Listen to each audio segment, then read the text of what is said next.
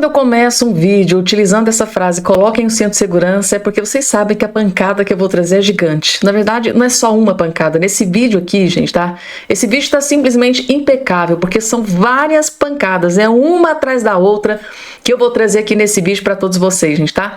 Uma bomba gigante acabou de explodir no colo de Luiz Inácio Lula da Silva, e outra bomba que eu vou trazer também para todos vocês.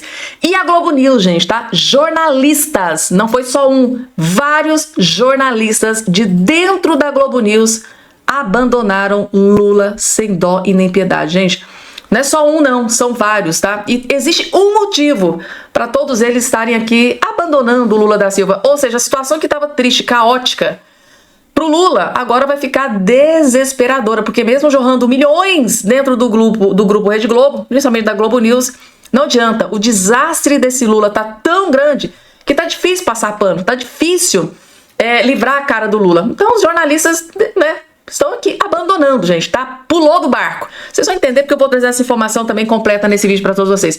Além dessas outras várias informações, eu disse para vocês, gente, esse vídeo aqui tá simplesmente impecável. Se eu fosse você, não perderia nem um segundo. Só rapidamente, não esqueçam de se inscrever no canal, ativar o sininho das notificações e compartilhar o vídeo o máximo possível vocês puderem.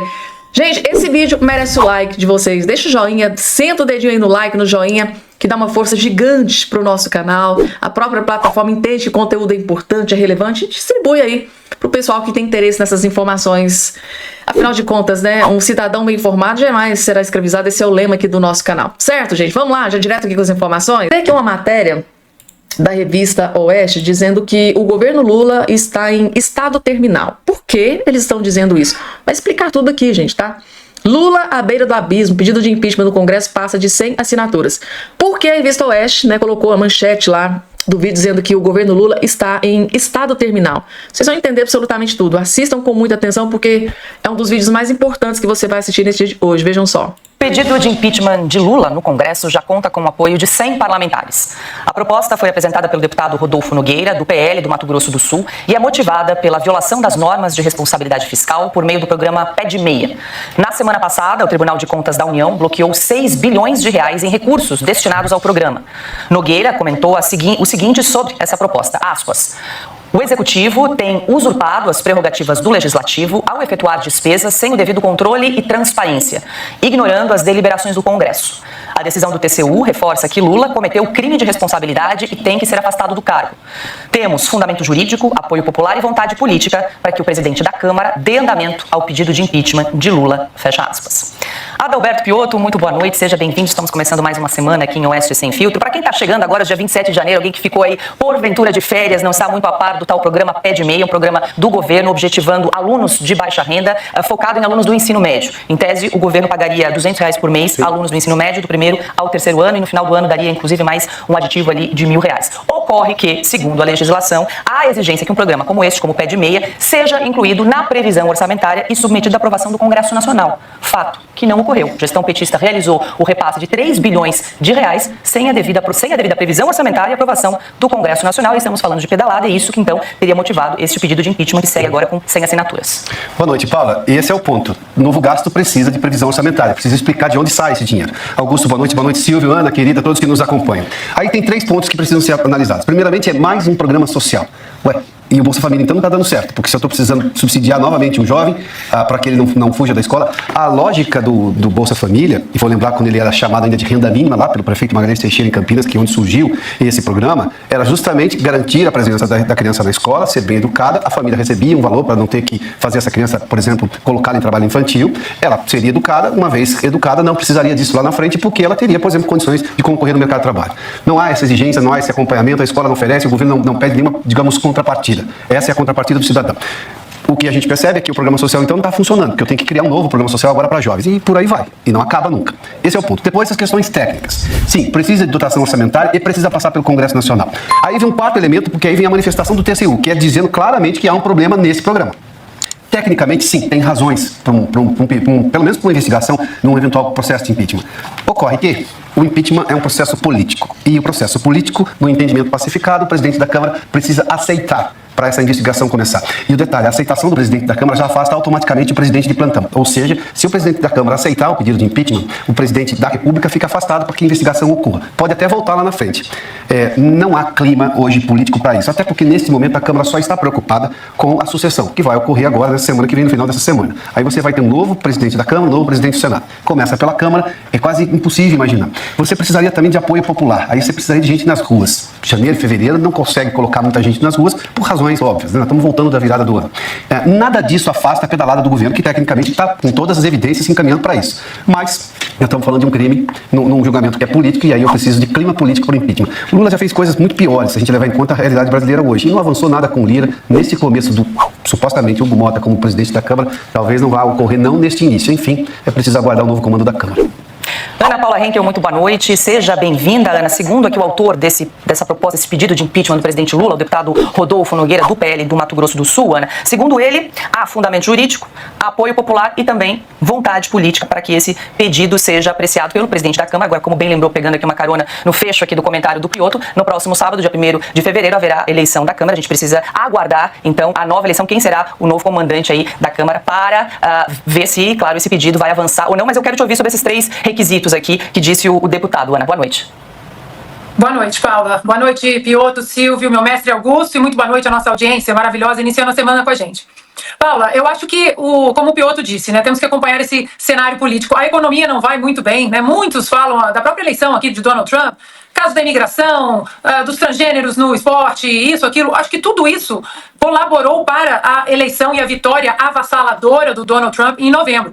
Mas fato que o principal ponto dessa vitória foi a economia americana, que ainda está, né, em frangalhos, e o cidadão americano perdeu o poder de compra, de colocar o alimento na mesa, que é exatamente o que está acontecendo no Brasil hoje. Né? Um ex-assessor do Bill Clinton, uma frase famosa que ele disse, ainda na eleição, né, lá atrás dos anos 90, disse: é a economia estúpido, e é isso mesmo, a economia do Brasil hoje está em frangalhos, o governo vive tentando corrigir as coisas que ele comete de uma maneira completamente caótica, desastrosa. Eles não conversam, né, entre eles. Agora, ontem, no 4x4, nós tivemos como um dos convidados, além da deputada Bia Kicis, nós tivemos o deputado Marcel Van Hatten, e ele disse que ia oficializar a candidatura dele à presidência da Câmara hoje. Eu confesso que não chequei as notícias para ver se isso já aconteceu. Mas isso seria uma boa notícia para o Brasil, se nós tivéssemos, de fato, um presidente da Câmara comprometido com as pautas importantes para a nação, para o crescimento da nação, e não aquela politicagem, né, que nós temos visto nos últimos anos, tanto no Senado quanto na Câmara. Então, se Lula cometeu crime de responsabilidade, eu acho que, né, o mínimo é que nós temos que forçar a investigação, forçar o debate, e não simplesmente fingir que nada está acontecendo. É preciso começar a colocar transparência no caminho do Brasil. Se Lula cometeu esse crime de responsabilidade, que ele pague, mas principalmente que nossas casas, representantes do povo, a Câmara e o Senado, que nós comecemos a fazer pressão para que seus presidentes sejam, de fato, pessoas comprometidas com o Projeto Brasil e não projetos partidários. Isso aí, né, gente? Mas é a frase que era muito utilizada no governo Bolsonaro, né? Mais Brasil, menos Brasília. Mas aqui no governo Lula é completamente o contrário, né? Menos Brasil e mais Brasília. Lamentavelmente, o Lula levando o Brasil pro buraco. E assim, gente, o povo brasileiro nesse momento sentiu feio, sentiu pesado, porque sentiu no bolso, tá? É o único momento em que o povo brasileiro consegue sentir, né, o fracasso do governo. Se o governo vai mal, a economia vai mal. Se a economia vai mal, o poder de compra do povo diminui. Aí, gente, se o poder de compra do povo diminui, aí o povo começa a ficar revoltado, começa a ficar furioso. E tem os seus representantes no Congresso, que são os deputados e senadores, e eles vão ali, cobram mesmo: olha, eu quero o impeachment do Lula, eu não estou satisfeita com esse governo, eu não estou satisfeita com o tipo de gestão que está acontecendo, né, a economia no caos, a inflação lá em cima, dólar, né, nas alturas, como nunca antes na história desse país. O dólar chegou num patamar tão alto quanto nem na época da pandemia, né, numa crise sanitária mundial, chegou a acontecer tudo isso, mas aqui nesse desgoverno Lula, absolutamente tudo acontecendo e numa velocidade muito grande. Então, é o que disse lá aquela frase do Nicolas Ferreira, né?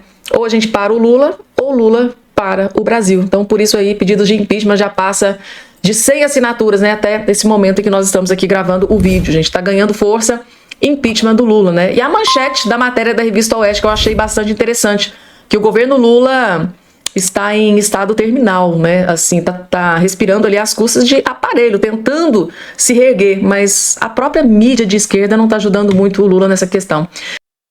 Moraes e o STF foram desmoralizados. A Polícia Federal não achou os mega financiadores do 8 de janeiro. É isso mesmo, gente. Para quem pregava que houve um ataque orquestrado, com antecedência, com grandes financiadores por trás, como Moraes e a sua turma juravam, já pode ir tirando o cavalinho da chuva. Fica aqui comigo que eu vou te mostrar a fala do próprio diretor-geral da Polícia Federal, que prova duas coisas. Primeiro, não teve participação da família Bolsonaro, da Michelle e do Eduardo. O que é importante dizer depois do vazamento da delação do Mauro Cid nessa semana, que sugeria o contrário. 2. Não teve financiamento centralizado do golpe. E em terceiro lugar, eu vou te fazer uma revelação bombástica de uma falha fatal para essa tese do golpe do STF que vai deixar você abismado com o desmonte do castelo de cartas. Mas vamos direto ao ponto. Andrei Rodrigues deu uma longa entrevista ontem pro Roda Viva e ele falou de vários assuntos. Do 8 de janeiro, de Bolsonaro, de assuntos da política brasileira. E o primeiro ponto que eu queria destacar aqui para você é este aqui sobre a família Bolsonaro. Acompanhe aqui comigo este trechinho da entrevista. Michelle Bolsonaro não foi indiciada no inquérito, isso me autoriza a dizer que as investigações que se sucederam a primeiro anexo da delação não confirmaram nada sobre ela? Fausto, volto a insistir a questão técnica da delação. Ele, ao colaborar e citar algumas pessoas, aponta alguns elementos que podem nos levar a coletar provas para responsabilizar ou não essas pessoas. No caso concreto, está lá no relatório do inquérito policial, não houve a busca de outros elementos que pudessem confirmar de que essas pessoas tenham participado. O fato de ser de um grupo radical, um grupo moderado, um grupo light, isso não traz nenhuma consequência jurídica para o processo. É importante saber qual foi a efetiva participação das pessoas para o conceito criminal, para a ação criminosa que foi ali desenhada. E é importante...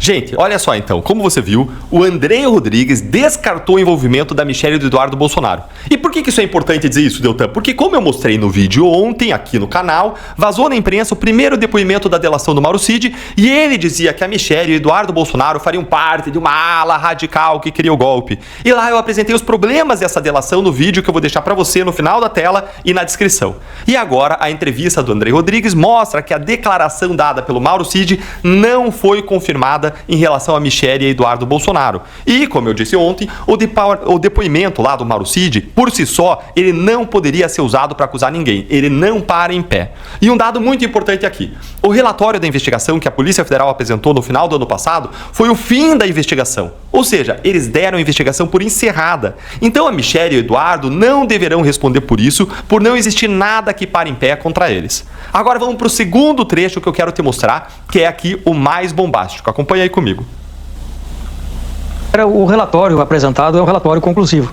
E veja que neste relatório, que falo desse extenso relatório, ele ali apresenta, sim, alguns responsáveis por participar financiando algumas ações. Muitas vezes, na expectativa de muitas pessoas, haveria um ou dois, enfim, ou um grupo de mega financiadores com vários milhões para essa atuação orquestrada para o golpe de Estado. E a investigação provou que não, pelo menos nós não conseguimos identificar que isso tenha acontecido. O que havia, sim, era esse financiamento disperso, onde uma pessoa fornecia determinado insumo, outra questão logística, outra recursos, e isso está lá apontado no inquérito policial, portanto, sim, nós responsabilizamos os financiadores dessa investigação. Como o senhor vê? Então, entenderam, gente? O diretor-geral, ele disse que a investigação já acabou e que a conclusão é que não havia um cérebro por trás, não havia aí algo organizado, ou dois financiadores, um financiador, mega financiadores, uma ação orquestrada, mas sim, o que ele disse é que existia aí um movimento orgânico, desorganizado, com ajudas dispersas, esporádicas, insumos de alguns, logística de outros e assim por diante. E isso nos traz uma revelação bombástica, que é a terceira coisa que eu quero dizer para vocês. Se não tinha uma atuação organizada dos manifestantes do 8 de janeiro, dirigida a partir de um QG central, mas sim, um movimento orgânico e desorganizado, como é que pode um conjunto amplo de pessoas responderem por golpe de Estado? O que a investigação revelou é totalmente contrário à tese da PGR, do STF, de que as pessoas estavam lá no 8 de janeiro e se organizaram para dar um golpe. Não! O que se provou é que as pessoas se juntavam, iam ali se ajudando, somando, cada um com uma contribuição diferente, e se assim era, como supor que eles tivessem uma única motivação? Tudo aponta na direção contrária.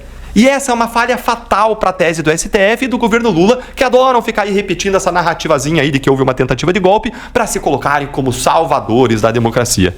Dá uma olhadinha aqui nessa análise sensacional que eu vou mostrar para você, do Cláudio Dantas, e vai curtindo o vídeo para mais gente entender como essa tese do golpe do 8 de janeiro não passa de uma narrativa. Olha aí, ó.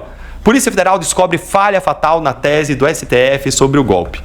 Bom, se não havia um grupo de financiadores, como a PF pode dizer que havia um grupo de planejadores ou então de organizadores? Como a PF pode dizer que havia uma organização criminosa? Como vai dizer que há um mandante ou autor intelectual por trás de tudo, que houve um plano? Sem financiamento coordenado, fica evidente que nós tivemos, na realidade, pessoas que se voluntariaram para pagar passagens diárias de grupos de amigos e conhecidos, da turma da escola, da comunidade, da paróquia, para ir a Brasília protestar. Uma massa de gente insatisfeita com os rumos do país, com a descondenação e a reabilitação política do Lula e com a interferência do TSE no jogo eleitoral. No meio dessa gente, claro, alguns radicalizados, agitadores, gente que depredou patrimônio público. Gente, é isso. Não tinha grupo de financiadores. E se não tinha organização criminosa, não tinha mandante, não tinha plano de golpe, não tinha nada no 8 de janeiro. O que fica comprovado mais uma vez é que o 8 de janeiro foi uma depredação desarticulada ao patrimônio público e não tinha uma articulação para derrubar a democracia. Isso é balela. Nada diferente do que o MST e a esquerda fizeram naqueles mesmos prédios, numerosas vezes depredando o patrimônio público, sem jamais serem esmagados pelo Estado por conta disso. Curte então e compartilhe esse vídeo para que mais gente possa entender o que está acontecendo e o duplo padrão do STF para a direita e para a esquerda. E eu aproveito para deixar aqui uma palavra de sabedoria com o versículo bíblico que diz lá em Efésios 4:25. Separei para você. Cada um de vocês deve abandonar a mentira e falar a verdade ao seu próximo. Que nós possamos sempre ser anunciadores da verdade, em qualquer situação, porque o Brasil está carecendo de gente que reconheça os fatos, a verdade, o que é um pressuposto essencial para a justiça. Se nós não temos hoje justiça, é porque nós não temos o reconhecimento e a busca sincera da verdade. Um grande abraço. Uma ação na tela com relação à regulamentação das redes sociais. Gente, eles não vão sossegar enquanto eles não conseguirem regulamentar as redes sociais. Vejam que foi dito pelo ministro Gilmar, o decano, né, o ministro do STF, Gilmar Mendes. Regulação das redes sociais será tema mais importante do semestre, diz Gilmar Mendes. Ou seja, voltando do recesso, né, das férias, eles vão se debruçar em cima da questão da regulamentação das redes sociais, onde, né, no mês passado, o próprio André Mendonça foi lá na sua votação, ele pediu vista, né, pediu mais tempo, acabou postergando aí essa tramitação, essa votação, né, da regulamentação das redes sociais, mas o ministro Gilmar Mendes, que agora é prioridade. O ministro Gilmar Mendes, Supremo Tribunal Federal, acredita que a análise da constitucionalidade do artigo 19 do Marco Civil da Internet, que responsabiliza as redes sociais por conteúdos dos usuários, será o tema mais importante do ano judiciário, que recomeça na próxima segunda-feira, dia 3. De acordo com ele, há expectativa de que o ministro André Mendonça devolva o processo em breve após ter pedido vista, né? Ou seja, mais prazo para análise da ação. Isso, né, diz Mendes, pode estimular o Congresso a dar início a algum projeto de regulamentação, assim como ocorreu em outros países. E eu que sempre achei que isso aqui era prerrogativa do Legislativo, né? Se debruçar sobre regulamentação das redes sociais. Mas não, quem vai resolver a parada parece que é o STF mesmo, gente. A pergunta que eu faço é: os deputados, senadores, vão aceitar calados, sem dizer nada, sem fazer nada? Boa pergunta, né, gente? E o deputado federal, grande aliado do Bolsonaro, tá aqui dizendo, ó, Zucco, não permitiremos que a regulação das redes sociais avance. Isso aqui, gente, foi logo em seguida a fala do Gilmar Mendes, tá aqui. O líder da oposição, né, na Câmara diz que vai lutar para impedir o avanço de uma nova proposta do governo Lula. Tá aqui, ó. O líder da oposição na Câmara, o deputado Luciano Zucco, do PL, do Rio Grande do Sul, afirmou que o governo Lula elabora um novo projeto de lei para regulamentar as redes sociais. Gente, o Lula, ele sentiu, tá? Esse vídeo do Nicolas Ferreira, o Lula, o PT, a esquerda, sentiu que eles estão sendo derrubados nas redes sociais. Eles estão perdendo de lavada. E agora eles estão querendo apresentar um projeto de lei para regulamentar, né, as redes sociais. E o Zucco está aqui se comprometendo a frear toda essa questão. Essa é a segunda tentativa do governo petista, né, de emplacar a regulamentação das redes sociais no país. A primeira iniciativa, do chamado PL das Fake News, foi derrotada pela oposição no Congresso Nacional, que conseguiu arquivar a proposta.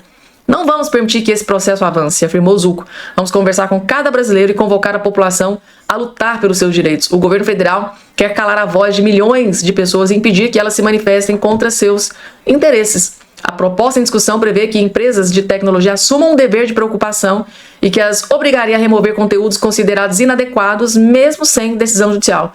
Ou seja, vai na internet, se você criticar, né, alguém ou alguma autoridade, você pode ter seu conteúdo derrubado. A gente pode interpretar dessa forma, né? Até agora a gente não teve acesso aos autos, né? Ao projeto, tá aí. Deixa eu adivinhar aqui, prosseguiu. Postagens chamando o Lula de ladrão seriam removidas imediatamente, mas as que se referem a Bolsonaro como genocida passariam batidas. Belo exemplo que ele deu, né, gente? Porque assim, hoje não pode chamar Lula de ladrão, mas vários da esquerda já chamou o Lula de genocídio e de coisa muito pior, gente, tá? O André Janones mesmo já chamou o Bolsonaro de coisa muito, mas muito pior. E não aconteceu absolutamente nada. A gente fica por entender, né? Não esqueçam de se inscrever no canal, ativar o sininho das notificações e compartilhar o vídeo o máximo possível que vocês puderem. E logo de cara, eu preciso, gente, tá? Larguem tudo que vocês estão fazendo para prestar muita, mas muita atenção nesse vídeo, porque o Rodrigo Constantino acabou de revelar uma bomba que está vindo lá dos Estados Unidos, do Donald Trump, aqui para o Brasil. Autoridades aqui no Brasil. Acompanhem. Antes de mais nada, eu queria agradecer aqui em público, né, a todo o carinho da audiência da Ouro Verde e ao meu amigo, querido amigo Pitoli, que tem feito aí a divulgação da minha situação e da ajuda, né, para quem quiser, ao meu trabalho. Fico muito agradecido, muito comovido aí por toda essa corrente do bem. E hoje eu vou comentar com vocês essa história de deportação e a hipocrisia da esquerda, né. Bom, o Biden pode mandar mais de 30 aviões com pessoas algemadas, que é o padrão, porque tem muito criminoso ali que não cometeu apenas o crime de estar ilegal no país, mas outros crimes mais violentos, e ninguém nunca ligou para isso. De repente, o governo Trump vira uma celeuma, os repórteres vão lá tentar entrevistar alguns desses deportados para ver se pegam uma história bem comovente, sensacionalista, tentam colocá-los em lentes de vítimas, de coitadinhos, e o PT se manifesta. Tudo realmente muito hipócrita, né? O governo colombiano do comunista Petro vai lá e peita Donald Trump e vira herói da resistência, né, do perfeito idiota latino-americano, para fazer alusão a um belíssimo livro que infelizmente nunca fica desatualizado, né, no continente. Essa turma de DCE que ainda adora alguém que fala grosso com o império estadunidense, os yankees imperialistas, colonizadores e blá blá blá. E tudo isso é ridículo. É uma visão estética de mundo, é uma narrativa. É a turma que vibra com a poesia e ignora o sofrimento do povo. Não durou nenhuma hora essa coragem toda, essa macheza toda do Petro, né? Ele teve que voltar atrás em que pese alguns jornalistas terem interpretado o Trump como aquele que recuou, o que é ridículo. E é importante entender que o Trump não veio para brincadeira. Acabou a palhaçada, gente. Ele foi eleito com um mandato muito claro, não tem estelionato eleitoral aqui, e ele vai cumprir essa agenda. E uma das bandeiras é restaurar a fronteira e o império da lei. Quem está de maneira irregular, sem documento, leis, ilegal no país, vai ser convidado a se retirar. O curioso é que quem rastejou pelos desertos do México, pagou coiote, se separou de família, comeu pouco durante dias, encarou um sol a pino de 50 graus, de repente reclama de uma viagem de avião porque estava algemado. Sendo que a própria Casa Branca mostrou ali, tinham pelo menos 8 no primeiro voo que cometeram crimes violentos como homicídio. E a esquerda simpatiza com essa turma, porque, claro, simpatiza com bandido. E os artistas e intelectuais também, né? Não é só uma característica brasileira de Lei Rouanet, não. É o artista que adora essa visão romântica de mundo. A Selena Gomez, originária do México, foi gravar um vídeo em prantos, chorando com seus compatriotas. Ela não ligou para milhares e milhares de crianças desaparecidas, muitas por imigrantes ilegais, mas de repente ela aparece para falar da situação desses criminosos deportados. Detalhe, ela tem uma mansão na Califórnia enorme. Será que ela abrigaria alguns desses imigrantes compatriotas em sua mansão? É tudo muito hipócrita, é tudo muito para inglês ver. A imagem é tudo que importa para essa turma. Só que, repito, Trump não está de brincadeira. E até o Lewandowski já se manifestou que, veja bem, não é bem assim, vamos tratar essa coisa com serenidade, a crise dos deportados com uma questão doméstica, o Lula também não quer criar caso agora. Será que é porque o Trump mostrou que quem folgar com a América vai ter que pagar para ver? Fafo. F around and find out. O que quer dizer basicamente o seguinte: vem, mexe comigo e vê o que é bom para nós. Pois é, acabou a brincadeira. Acabou a brincadeira, né? Essa questão do Donald Trump ter ido pra cima com tudo, né? Do Petro, presidente, né? Gustavo Petro, presidente da Colômbia, realmente deixou a galera aqui no Brasil extremamente, assim, preocupada, né? E Lewandowski já fez logo o papel, olha, calma, a gente vai resolver tudo com tranquilidade, com serenidade, tipo assim, dando aquele recado pro Donald Trump que aqui tá tudo tranquilo, que não vai ter confronto, né? Que não vai ter ameaças. Então assim, né, o Brasil, né, gente, e essa questão, a Selena Gomez é uma cantora americana, né, que foi para os Estados Unidos, era do família, né, mexicana e tal, fez aquele vídeo patético, realmente ali eu fiquei impressionada, durante o governo Biden, quantas pessoas foram deportadas de volta para o México e não teve um videozinho da cantora, mas agora como é do governo Donald Trump, foi lá, gente, o vídeo, gente, ela chorou, mas ela chorou assim de lágrimas, ficou o rosto vermelho, eu pensei, meu Deus do céu, ela se preocupa muito, né, com os imigrantes, né, ali, dos mexicanos dos Estados Unidos. Aí eu fui pesquisar para ver se ela tinha falado alguma coisa, né, dos deportados durante o Joe Biden. Não encontrei nada, gente. A preocupação dela é só agora, durante o governo Trump. Hipocrisia, né? Hipocrisia. Matéria divulgada, gente, tá? Pelo Globo. Parece que o Lula encontrou, né, um presentinho aqui para dar para Gleice Hoffmann, narizinho, presidente do PT. Com reforma ministerial no horizonte, Lula avalia nomear Gleice em pasta no Palácio do Planalto. Ou seja, gente, tá? Parece que foi, sim, batido o martelo. A Gleice Hoffmann será ministra do governo Lula a partir de agora, 2025. Vamos ver qual pasta que ela vai ocupar? Será que é uma pasta importante, com orçamento grandioso, importante, ou vai ser uma pasta mais opaca? Vamos ver aqui a informação? Vamos ver o que é que o Lula está providenciando para a Gleice? Auxiliares do presidente Luiz Inácio Lula da Silva afirmam que o chefe do executivo tem avaliado colocar Gleice Hoffmann na Secretaria-Geral da Presidência, pasta atualmente ocupada por Márcio Macedo. A ida da presidente do PT ao governo também é considerada uma forma de resolver a sucessão na legenda. Para aliados da candidatura de Edinho Silva, né, à presidência da sigla, é fundamental que Lula encaminha o futuro de Gleice como parte do processo de eleição do novo comandante do PT. Auxiliares do presidente apontam que a ida da Gleice para o governo desestimularia o surgimento de uma outra candidatura que pudesse ampliar o racha na legenda. Lula leva em consideração, segundo interlocutores, que Gleice tem boa relação com movimentos sociais e já demonstrou capacidade de mobilização com a esquerda e da defesa do governo. Pasta comandada por Macedo é responsável pela interlocução com a sociedade civil. Interlocutores do presidente entendem que Gleice pode ser convidada a entrar no governo antes do fim do processo eleitoral na legenda, que termina em junho. Lula, no entanto, tem demorado a executar trocas. Citam, por exemplo, que a saída de Paulo Pimenta da Secretaria da Comunicação da SECOM estava definida por Lula desde setembro e só foi sacramentada no final de dezembro. Neste caso, a aposta é que a mudança ocorrerá mais rápido e aconteça nas próximas semanas, após a eleição da composição das mesas, né, da Câmara e do Senado no sábado. Aliados, a presidente do PT negou que tenha sido convidada por Lula. Procurada por meio de sua assessoria, Gleice não respondeu.